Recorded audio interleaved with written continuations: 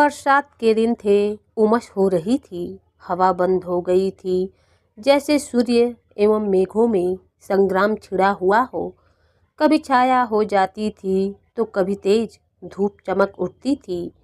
गांव के बाहर कई मजदूर एक खेत की मेड़ बांध रहे थे। नंगे बदन, पसीने में तरबतर, सबके सब फावड़े से मिट्टी खोद करके मेड़ पर रखते जाते थे।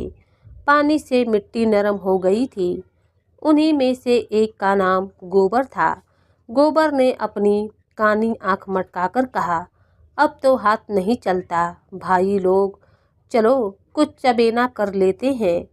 नेउर ने हंसकर कहा, यह मेड़ तो पूरी कर लो, फिर चबेना कर लेना, मैं तो तुमसे पहले आया हूँ। उनमें से एक ने कहा, नेउर दादा, तुमने अपनी जवानी में जितना घी खाया होगा उतना तो अब हमें पानी भी नहीं मिलता है। नेउर छोटे शरीर का गठीला, काला फुर्तीला आदमी था। उम्र 50 से ऊपर की थी, मगर अच्छे अच्छे नौजवान उसके बराबर मेहनत न कर पाते थे। अभी 2-3 साल पहले ही उसने कुश्ती लड़ना छोड़ दिया था। उसकी पत्नी बुधिया थी, वह भी काफ़ी बीमार रहती थी। उसकी एक बेटी हुई थी, वह भी स्वर्ग सिधार गई थी। उनमें से एक ने कहा, नेउर दादा, तो यहाँ से जाकर रोटी बनाओगे दादा? बुधिया कुछ नहीं करती, हमसे तो दादा ऐसी पत्नी से एक दिन भी ना पटे। नेउर ने मुस्कुराते हुए कहा, बेटा, जवानी तो उसी के साथ काटी है, अब उससे कोई काम धंधा नहीं होता तो क्या करूं? तुमने उसे सिर पर चढ़ा रखा है, नहीं तो काम क्यों नहीं करती? मजे से खाट पर बैठी चीलम पीती रहती है और सारे गांव से लड़ा करती है। तुम बुढ़े हो गए हो, लेकिन वह तो अभी भी जवान बनी हुई है। तुम गऊ हो, इसलिए तुमसे निभा हो जाता है, नहीं तो अब तक गली गली ठोकरें खाती रहती। नेउर ने मुस्कुराते हुए कहा, तुम क्या जानो बेटा, जब वह आई थी तो मेरे घर 7 हल की खेती होती थी, रानी बनी बैठी रहती थी। जमाना बदल गया तो क्या हुआ, उसका मन तो वही है। घड़ी भर चूल्हे के सामने बैठ जाती है, आंखें लाल हो जाती हैं और मुंह के बल गिर पड़ती है। मुझसे तो यह नहीं देखा जाता है। इसी दिन रात के लिए तो आदमी ब्याह करके लाता है, और उसमें क्या रखा है, यहाँ से जाकर रोटी बनाऊंगा, पानी लाऊंगा, तब 2 कोर खाएगी, नहीं तो मुझे क्या था, तुम्हारी ही तरह 4 फांके मारकर एक लोटा पानी पी लेता। जब से बिटिया मर गई तब से तो वह और भी लस्त हो गई है। यह बड़ा भारी धक्का लगा। माँ की ममता हम तुम क्या जाने बेटा, पहले तो कभी कभी डांट भी देता था, अब किस मुँह से डांटूं। इतना कहकर नेउर घर चला गया। घर पहुंचकर नेउर ने लोटा और डोर उठाया और नहाने चल दिया कि स्त्री ने खाट पर लेटे लेटे कहा, इतनी देर क्यों कर दिया करते हो? आदमी काम के पीछे परान थोड़े ही देता है। जब मजूरी सबके बराबर मिलती है तो क्यों काम काम के पीछे मरते हो? नेउर का अंतःकरण एक माधुर्य से सराबोर हो गया। उसके आत्मसमर्पण से भरे हुए प्रेम में मैं की गंध भी तो नहीं थी। कितना स्नेह और किसे उसके आराम की, उसके मरने जीने की चिंता है। फिर यह क्यों न अपनी बुढ़िया के लिए मरे। बोला तो उन जन्म में कोई देवी रही होगी। बुढ़िया सच कहता हूँ। अच्छा रहने दो यह चापलूसी, हमारे आगे अब कौन बैठा हुआ है जिसके लिए इतनी हाय हाय करते हो? नेउर गज भर छाती किए स्नान करने चला गया। लौटकर उसने मोटी मोटी रोटियां बनाई, आलू चूल्हे में डाल दिए, उनका भुर्ता बनाया। फिर बुढ़िया और वह दोनों साथ खाने लगे। बुढ़िया बोली, मेरी जात से तुम्हें कोई सुख न मिला, पड़े पड़े खाती हूँ और तुम्हें तंग करती हूँ, और इससे तो कहीं अच्छा था कि भगवान मुझे उठा लेता। भगवान आएंगे तो मैं कहूँगा पहले मुझे ले चलो, तब इस सूनी झोपड़ी में कौन रहेगा? तुम न रहोगे तो मेरी क्या दशा होगी, यह सोचकर मेरी आंखों में अंधेरा आ जाता है। मैंने कोई बड़ा पुण्य किया था कि तुम्हें पाया था, किसी और के साथ मेरा भला क्या निभा होता। ऐसे मीठे संतोष के लिए नेउर क्या नहीं कर सकता था। गांव में नेउर को काम की कमी न थी, पर मजदूरी तो वही मिलती थी जो अब तक मिलती आई थी। इस मंदी में वह मजूरी भी नहीं रह गई थी। एकाएक गांव में एक साधु कहीं से घूमते फिरते आ निकले और नेउर के घर के सामने ही पीपल की छाह में उनकी धूली जल गई। गांव वालों ने अपना धन्यभाग समझा। बाबा जी का सेवा सत्कार करने के लिए सभी जमा हो गए। कहीं से लकड़ी आ गई तो कहीं से बिछाने को कंबल, कहीं से आटा और दाल। नेउर के पास क्या था, बाबा जी के लिए भोजन बनाने की सेवा उसने ले ली। 2-3 दिन में ही बाबा जी की कीर्ति फैलने लगी। वह आत्मदर्शी हैं, भूत भविष्य बता देते हैं। लोभ तो छू भी नहीं गया है, पैसा हाथ से नहीं छूते हैं और भोजन भी क्या करते हैं। 8 पहर में 1-2 बाटियां खा लेते हैं, लेकिन मुख दीपक की तरह दमक रहा है। कितनी मीठी बानी है, सरल हृदय। नेउर बाबा जी का सबसे बड़ा भक्त था। नेउर सोचने लगा कि अगर मुझ पर कहीं बाबा जी की दया हो गई तो पारस हो जाऊंगा, सारा दुख दरिद्र मिट जाएगा। भक्तजन एक एक करके चले गए। खूब कड़ाके की ठंड पड़ रही थी। नेउर बाबा जी के पास बैठा हुआ था। बाबा जी ने कहा, बच्चा, संसार माया है, इसमें क्यों फंसे हो। नेउर ने नतमस्तक होकर कहा, अज्ञानी हूँ महाराज, क्या करूँ। स्त्री है, उसे किस पर छोड़ूं। तू समझता है तू स्त्री का पालन करता है, और कौन सहारा है बाबा जी। ईश्वर कुछ नहीं है, तू ही सब कुछ है। नेउर के मन में जैसे ज्ञान उदय हो गया। तू इतना अभिमानी हो गया है, तेरा इतना दिमाग, मजदूरी करते करते जान जाती है, और तू समझता है कि मैं ही बुढ़िया का सब कुछ हूँ। प्रभु जो संसार का पालन करते हैं तो उनके काम में दखल देने का दावा करता है।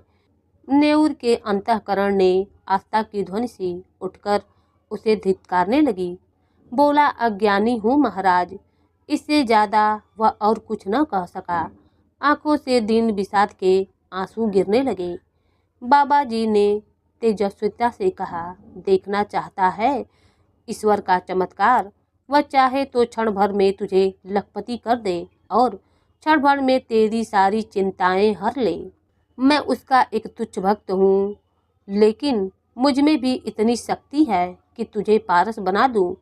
तू साफ दिल का सच्चा ईमानदार आदमी है, मुझे तुझ पर दया आती है। मैंने इस गांव में सबको ध्यान से देखा है, किसी में इतनी शक्ति नहीं, किसी में इतना विश्वास नहीं है। तुझ में मैंने भक्त का हृदय पाया है। तेरे पास कुछ चांदी है। नेउर को जान पड़ रहा था कि सामने स्वर्ग का द्वार है। 10-5 रुपए होंगे महाराज। कुछ चांदी के टूटे फूटे गहने नहीं हैं। घरवाली के पास कुछ गहने हैं। कल रात को जितनी चांदी मिल सके यहाँ ला और ईश्वर की प्रभुता देख। तेरे सामने मैं चांदी की हांडी में रखकर इसी धुनी में रख दूंगा। प्रातःकाल आकर हांडी निकाल लेना, मगर इतना याद रखना कि उन असरफियों को अगर शराब पीने में और जुआ खेलने में या किसी दूसरे बुरे कामों में खर्च किया तो कोढ़ी हो जाएगा। अब जा, सो जा।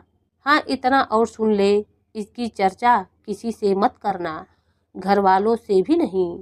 नेउर घर चल दिया तो ऐसा प्रसन्न था मानो ईश्वर का हाथ उसके सिर पर है। रात भर उसे नींद नहीं आई। सवेरे उसने कई आदमियों से 2-2, 4-4 रुपए उधार लेकर 50 रुपए जोड़ लिए। लोग उसका विश्वास करते थे, कभी किसी का पैसा कभी नहीं दबाता था। वादे का पक्का और नियत का साफ था। रुपए मिलने में दिक्कत न हुई। 25 रुपए उसके पास थे। बुढ़िया के गहने कैसे ले, चाल चली। तेरे गहने बहुत मैले हो गए हैं, खटाई से साफ कर ले। रात भर खटाई में रखने से नए हो जाएंगे।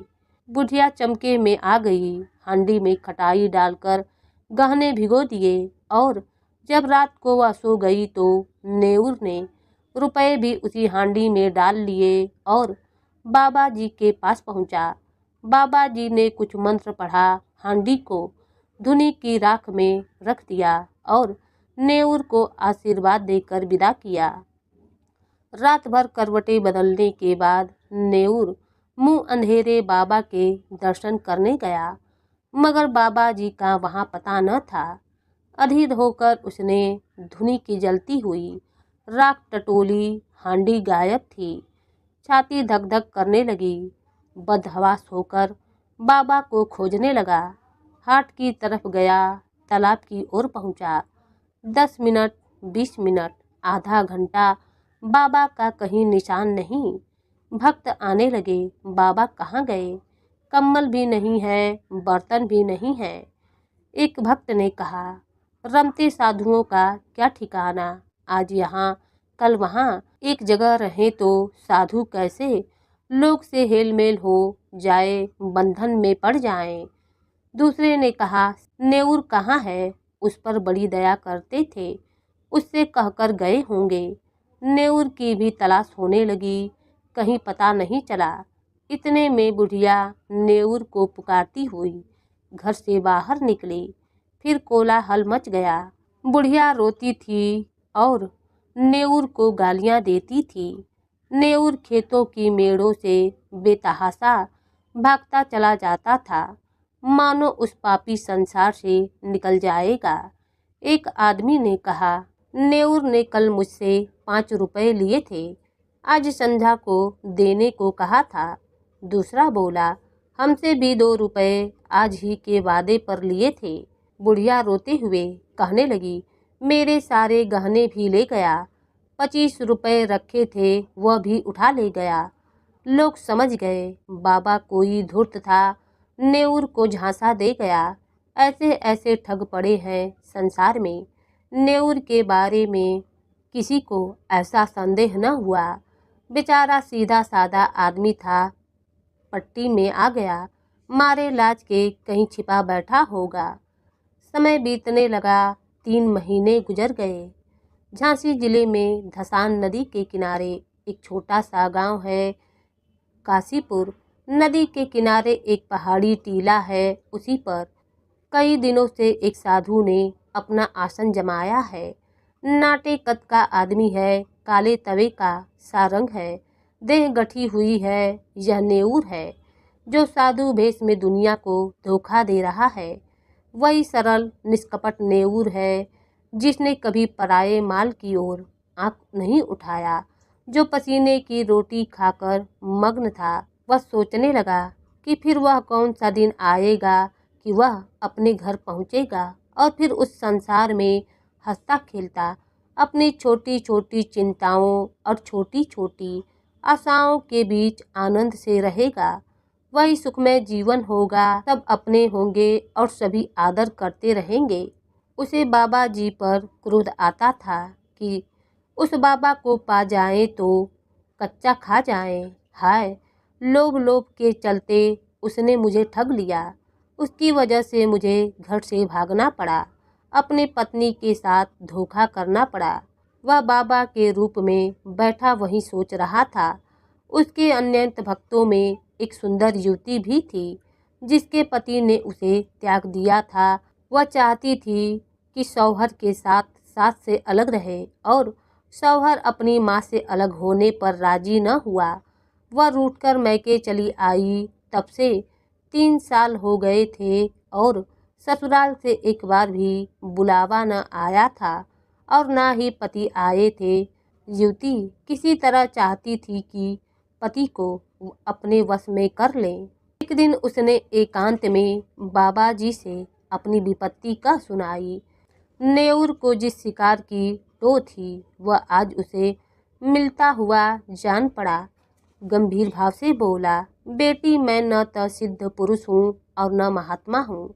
मैं संसार के झमेलों में पड़ता नहीं हूँ, पर तेरी श्रद्धा और परम प्रेम देखकर तुझ पर दया आती है।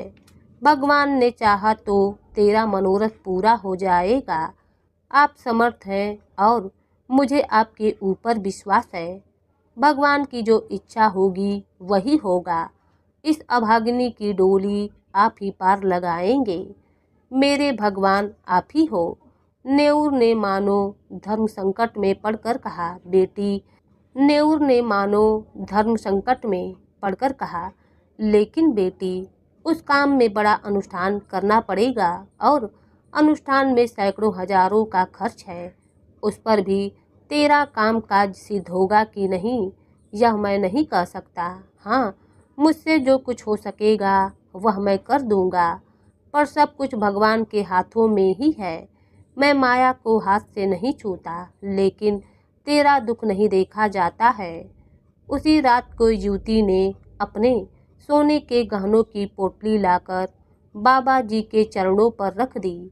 बाबा जी ने कांपते हुए हाथों से पोटली खोली और चंद्रमा के उज्जवल प्रकाश में आभूषणों को देखा। उनकी बाँछें झपक गईं और यह सारी माया उनकी है। वह उनके सामने हाथ बांधे खड़ी कह रही है, मुझे अंगीकार करो बाबा, मेरा उद्धार करो। नेऊर जिस अवसर की तलाश में 3 महीने से खोज रहा था, उसे पाकर आज उसकी आत्मा कांप रही थी। असल में बात यह थी कि नेऊर बुरे दिल का इंसान नहीं था, वह सच्चा था। उसकी आत्मा धिक्कारने लगी। वह सोचने लगा कि मैं जिस अवसर की तलाश में 3 महीने से था, आज अवसर मिला भी तो मेरा मन दुख में है। उसने रोते हुए कहा, बेटी, पिटारी उठा ले जाओ। मैं तुम्हारी परीक्षा कर रहा था, मनोरथ तुम्हारा पूरा हो जाएगा। इतना कहकर नेऊर स्नान करने चल दिया। वह स्त्री भी पोटली उठाई और घर की तरफ चल दी। नेऊर ने स्नान किया और साधु के भेष से मुक्ति पाकर उसे अपने अंदर एक विचित्र सा उल्लास का अनुभव हो रहा था, मानो वह बेड़ियों से मुक्त हो गया हो, कोई बहुत बड़ी बात विजय प्राप्त कर ली हो। वह 8वें दिन नेऊर गांव पहुंचा। लड़कों ने दौड़कर उछल कूद कर उसका स्वागत किया। एक लड़के ने कहा, काकी तो मर गई दादा। नेऊर के पांव जैसे बंध गए, मुंह के दोनों कोने नीचे झुक गए। दीन विषाद आंखों में चमक उठा, कुछ बोला नहीं, कुछ पूछा नहीं, पल भर जैसे निस्तब्ध खड़ा रहा। फिर बड़ी तेजी से अपनी झोपड़ी की ओर चल दिया। बालक वृंद भी उसके पीछे पीछे दौड़ रहे थे, मगर उनकी शरारत और चंचलता भाग चली थी। झोपड़ी खुली हुई थी। बुधिया की चरपाई जहाँ की तहाँ पड़ी थी। उसकी चीलम और नारियल ज्यों के त्यों धरे हुए थे। एक कोने में 2-4 मिट्टी और पीतल के बर्तन पड़े थे। गांव में भगदड़ मच गई। नेऊर दादा आ गए। झोपड़ी के द्वार पर भीड़ लग गई। प्रशंसकों का तांता भी बढ़ गया। उनमें से एक ने कहा, तुम इतने दिनों कहाँ थे दादा? तुम्हारे जाने के बाद तीसरे दिन ही काकी चल बसी। रात दिन तुम्हें गालियाँ देती थीं, मरते मरते तुम्हें गरियाती ही रहती थीं। तीसरे दिन आए तो मरी पड़ी थीं। तुम इतने दिन कहाँ रहे? नेऊर ने कोई जवाब न दिया, केवल शून्य निराश करुण आहत नेत्रों से लोगों की ओर देखता रह गया, मानो उसकी वाणी हर ली गई हो। उस दिन से किसी ने उसे बोलते या रोते हंसते नहीं देखा। गांव से आधा मील पर पक्की सड़क है।